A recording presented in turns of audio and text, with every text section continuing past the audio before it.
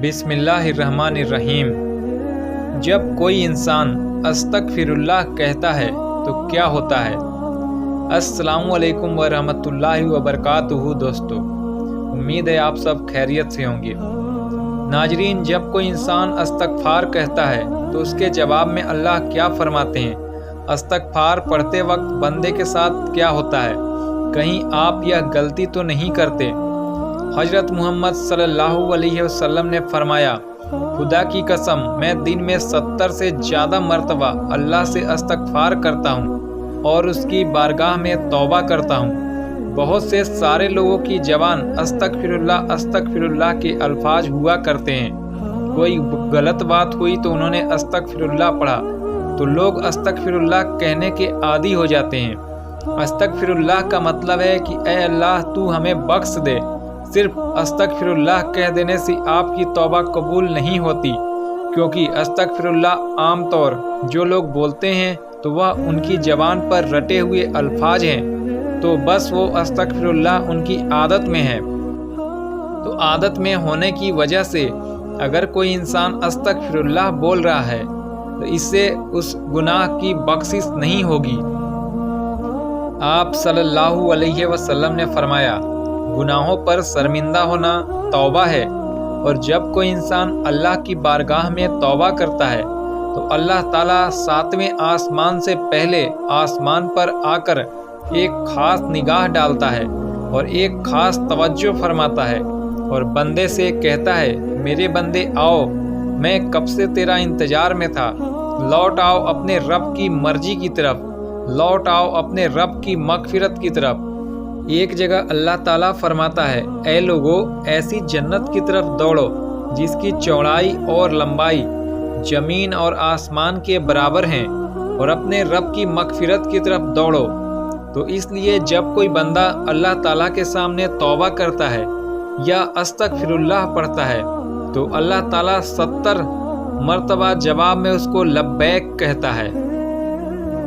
दोस्तों, एक शख्स था, 70 साल तक वह या सनम कहता रहा और अपने माबूद को पुकारता रहा।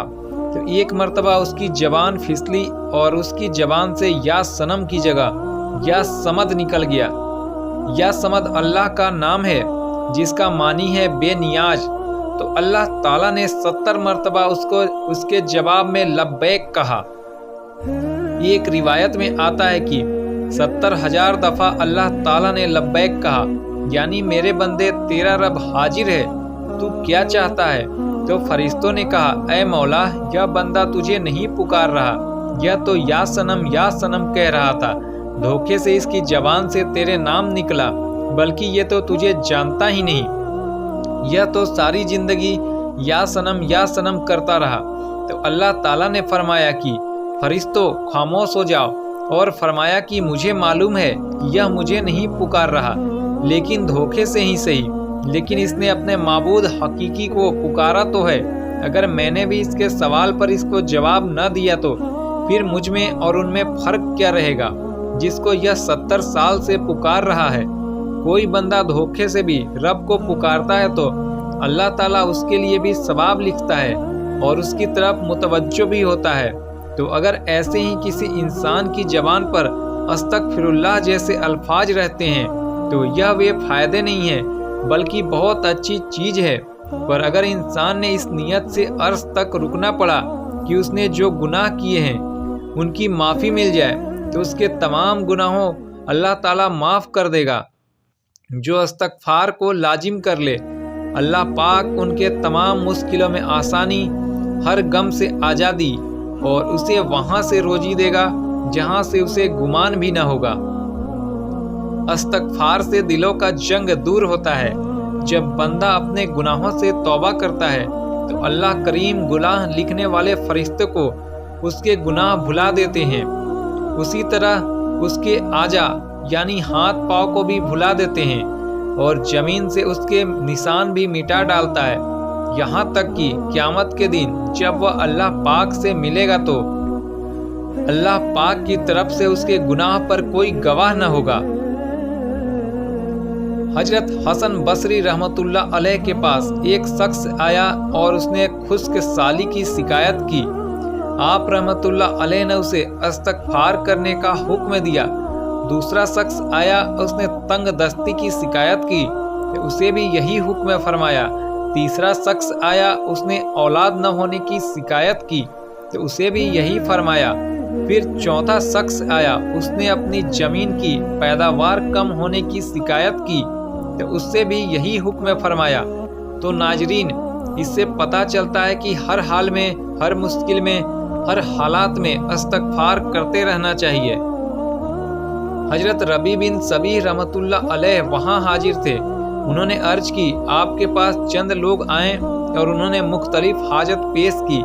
आपने सबको एक ही जवाब दिया कि इस्तग़फ़ार करो। तो आप रहमतुल्लाह अलैह ने उनके सामने यह आयत पढ़ी जिसमें इस्तग़फ़ार को बारिश, माल दौलत और बागात के अता होने का सबब फरमाया गया है। तो मैंने कहा, अपने रब से माफ़ी मांगो, बेशक वह बड़ा माफ़ करने वाला है। तुम पर मूसलाधार बारिश भेजेगा और माल और बेटों से तुम्हारी मदद करेगा और तुम्हारे लिए बाग बना देगा और तुम्हारे लिए नहरें बनाएगा।